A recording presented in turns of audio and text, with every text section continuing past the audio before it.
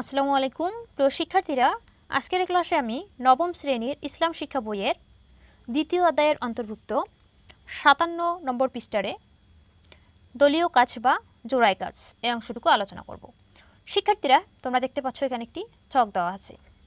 বলা হয়েছে ইবাদত হিসেবে হজ, কুরবানি এবং আকিকার তুলনামূলক আলোচনা।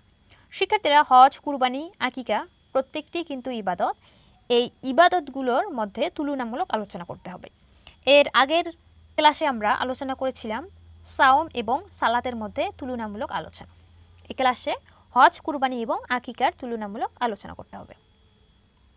উল্লিখিত শিরোনামের আলোকে তোমরা জোড়ায় অথবা দলে আলোচনা করে ইবাদত সমূহের মধ্যে তুলনামূলক বিশ্লেষণ করে শিক্ষকের নির্দেশনা মোতাবেক উপস্থাপন করো। শিক্ষার্থীরা, সুন্দর একটি ছক দেওয়া আছে, এখানে তুলনামূলক বিশ্লেষণ করতে হবে। শিক্ষার্থীরা, আমি এই ছকটি তোমাদের জন্য পূরণ করে রেখেছি। চলো এখন ছকটি দেখে নিবে। তুলনার ক্ষেত্র হচ্ছে এগুলো। এরপর আছে হজ, কুরবানি এবং এরপর আছে আকিকা। তুলনার ক্ষেত্র প্রথমে আছে ফরজ। হজ ফরজ, হ্যাঁ। কুরবানি ফরজ না, এজন্য না। আকিকা ফরজ না, তবে সুন্নত। এরপর আছে ওয়াজিব। হজ ওয়াজিব নয়, এজন্য না লিখেছি। কুরবানি হচ্ছে ওয়াজিব, তাই হ্যাঁ লিখেছি। আকিকা ওয়াজিব নয়, আকিকা হচ্ছে সুন্নত, তাই এ ঘরে না লিখেছি।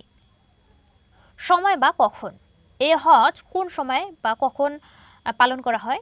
শাওয়াল মাসের 8 থেকে 13 তারিখ। কুরবানি কখন করা হয়? ঈদুল আজহার দিনে।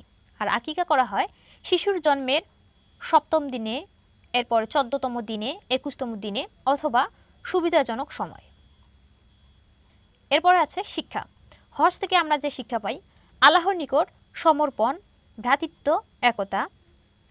কুরবানি থেকে যে শিক্ষা পাই, আত্মত্যাগ, মনের ভিতর পশুকে হত্যা।